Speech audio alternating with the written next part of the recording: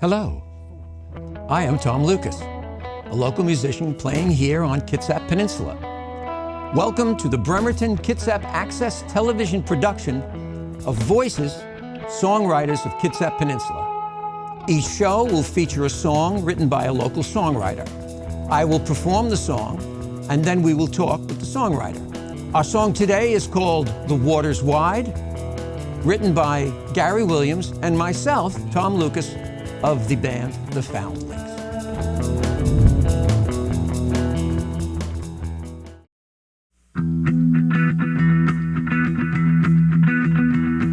They said the ship was sturdy old.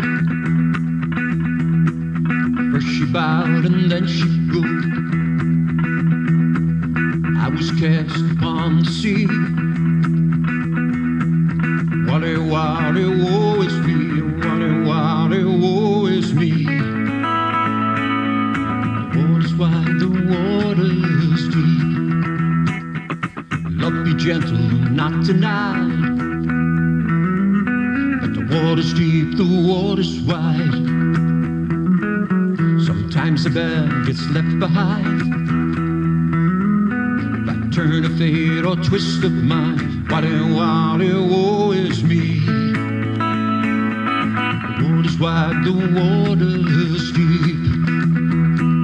Water, water, woe is me. The water's wide, the water's deep.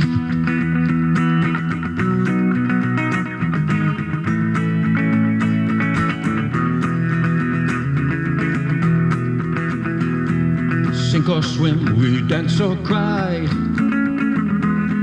We make our way the best we try. But the water's deep, the water's wide. I wish that I had wings to fly. Wings to fly. Ay, ay, ay.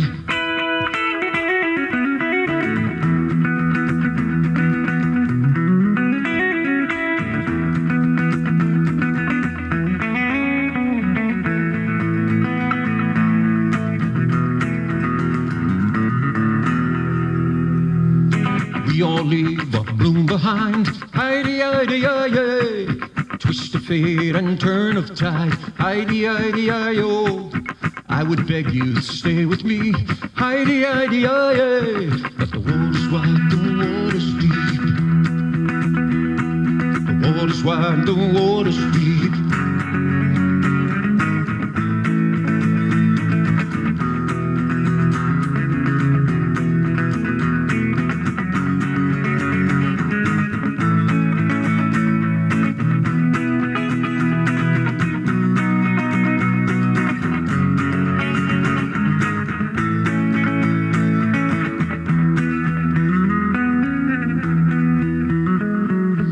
I was just a little boy. I had a ship, a wooden toy. They said the ship was sturdy old. At first she bowed and then she broke.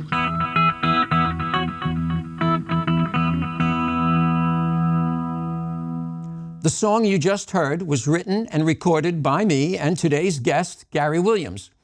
After talking with Gary, our show will end with the original recorded version of the song. I would like to welcome Gary Williams. Hello, Gary.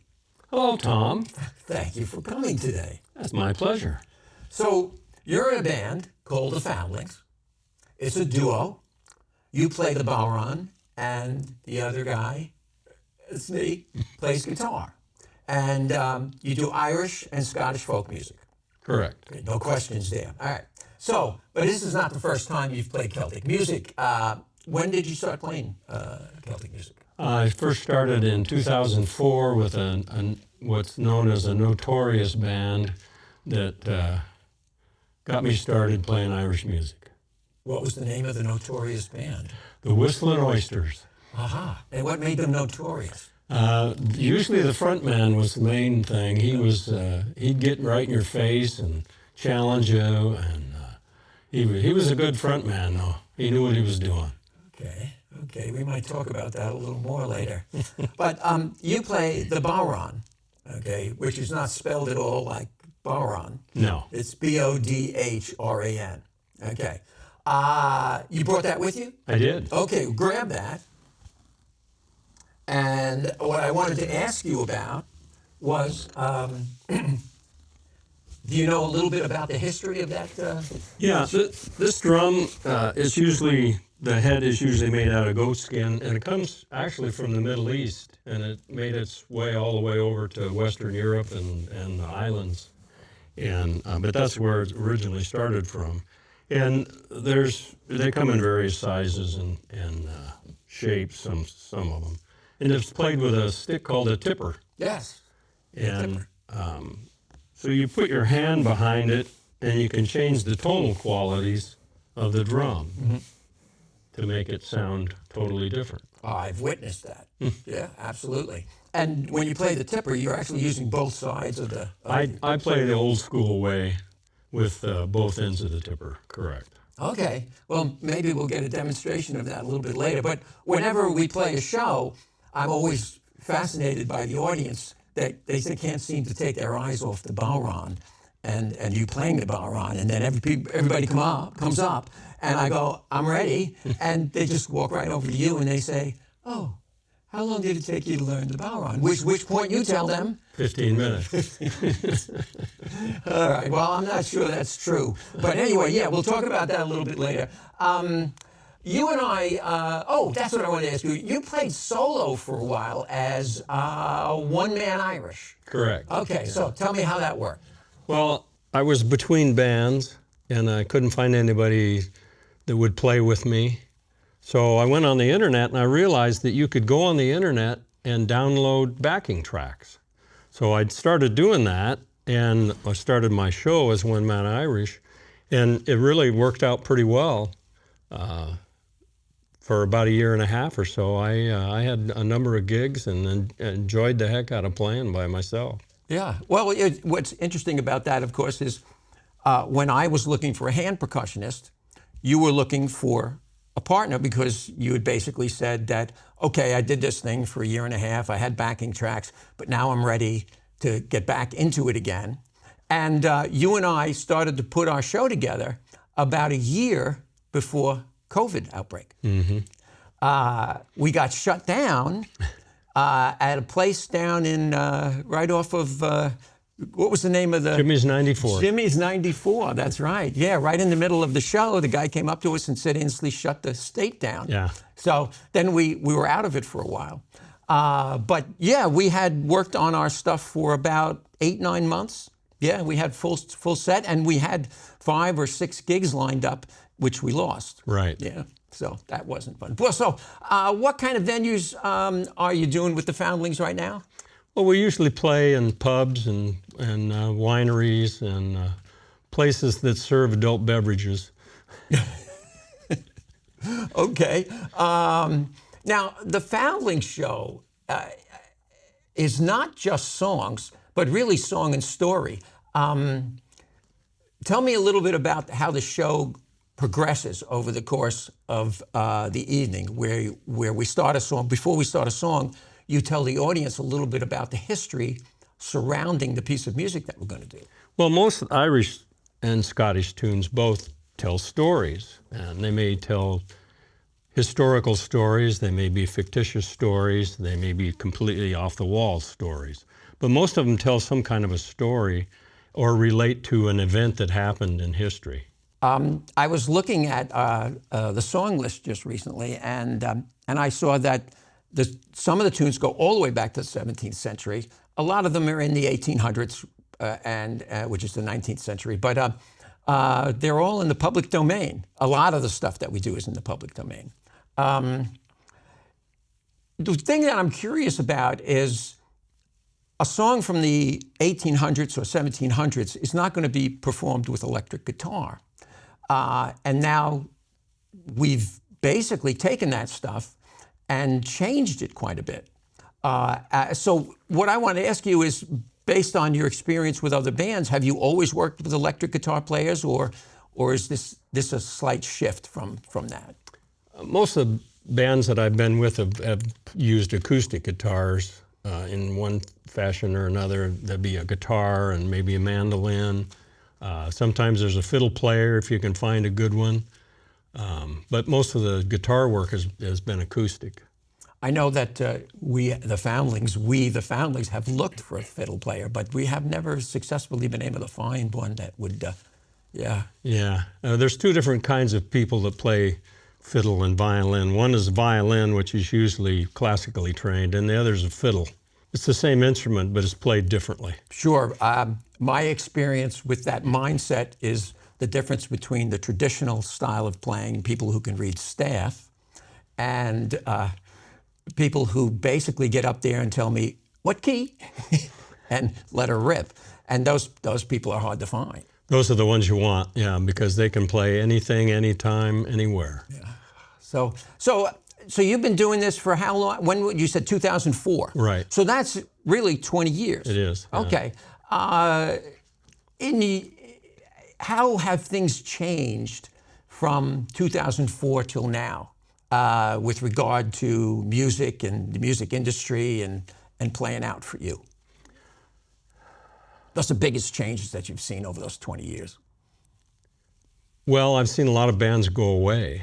And so the field has been narrowed simply because people stopped playing, or they didn't have places to play. Couldn't find the right mix of people to play in the band and put the band together. So it's down to, I think, on the peninsula, there's really only about three bands. Sure, I think we got the Spoons, Right. Ryan Barley. Mm-hmm. There's the Foundlings. Yeah. Anybody else that I missed? Emmett McElhaney, that Irish guy, he does a solo act. He's actually Irish. Okay. From Ireland. And you're also, I'm not Irish, but you have that in your genetic background, both Irish and Scottish. I'm about half Scots-Irish, yeah. Okay, and what's the other half? All over the UK and Northwest Europe. Okay, so there's at least some history there. Yeah. Yeah, okay, because every time we play out, you talk to people about your trips to Scotland and Ireland. You've been to both of those countries. I have, yeah. Okay. And Wales. And Wales. So all of Great Britain. Mm-hmm. Okay. How often do the Foundlings play out on an annual basis? I know that there was one year there we did about 60 shows. The first year we played a full year was 52 gigs, yeah. And the next year I think was 37. This year it's 25 or 6, I think. Okay. I have one question that I ask everybody at the end of the interview, and that is the strangest, craziest thing that's happened to you as a musician or at a show. And I was just wondering if you had something for us. Actually, I have 2 things. 2, let me know. Okay. One's an institution almost. It's funny when you start playing Irish music and people realize that, and again, we're playing in places where they serve adult beverages. They get up to dance, and as more often than not, I've almost eaten a microphone because people are out there thinking they're Irish step dancers and they're knocking things around and they're flailing. Sure, I've had that happen. And they're having fun, yeah. Which you can't deny, but you just have to be aware of what's going on. Okay, so something happened during a show. Yeah, somebody danced into I was using a boom microphone and it came right at me and I just happened to dodge it. Yeah, otherwise you're looking at, $4,000 or $5,000. Some dental work. Yeah, right, yeah. Okay, so that's one story. That's one. Getting hit in the mouth. The strangest one was I was playing with the Whistling Oysters, and we had just finished the song, and this fellow walks up and he says, "Hey, do you guys know this song?" I can't remember the name of the song. And we said, "Yeah, we know that song." He says, "I'll give you a $100 tip if you play that song." Well, we were going to play that song anyway, but we took the tip. Okay, so a $100 tip playing the song. That was the one song. Yeah. Well, I've played with you now, right? So what happened is we got shut down for COVID, and so we basically in our houses for a year and a half there, and then you and I started playing out, and the wildest story that I have is that you and I were playing this last summer. At the Highland Games in Tacoma. Right. And it was hot, and it was uncomfortable, and we were trying to hide from the sun, okay? And we had all our equipment in the shade. And at one point I said, well, what's going to happen next? Because we were playing twice that day, one at like 9 in the morning and the other was 6 at night, but not quite, but something like that. And you said, well, at noon, they have live musicians do a march thing. I said, oh, okay. So just a few minutes before noon, I'm looking around, and all of a sudden, from the far side of the park, I start hearing these bagpipes. And it was, how many bagpipes were there? There had to be 20. There was at least 20. There was probably 20 or 30, plus drums and bass drums. Drums, right. Yeah, so there was probably about 40 to 50 people in the entourage that were coming around the bend, with half of them playing bagpipes. I mean, I'd never heard anything that loud, and they didn't have amps. So, no. Yeah, it's a pretty serious instrument. Well, listen, Gary, thank you very much for coming today. Thank you for bringing the bower on. As we sign off, we will be playing the studio recording of the Foundlings playing The Waters Wide. Please take a note of the information on the screen, which will direct you to their website and local shows right here in Kitsap. The goal of our show is to encourage folks to get out and see these local musicians in the venues that hire and support local music. Live music is connection. Come on out and connect with us and each other. Here it is, The Waters Wide from the Foundlings. They said the ship was sturdy oak, but first she bowed and then she broke. I was cast upon the sea. Wally, wally, woe is me. Wally, wally, woe is me. The water's wide, the water's deep. Love be gentle, not denied. Water's deep, the water's wide. Sometimes a band gets left behind by turn of fate or twist of mind.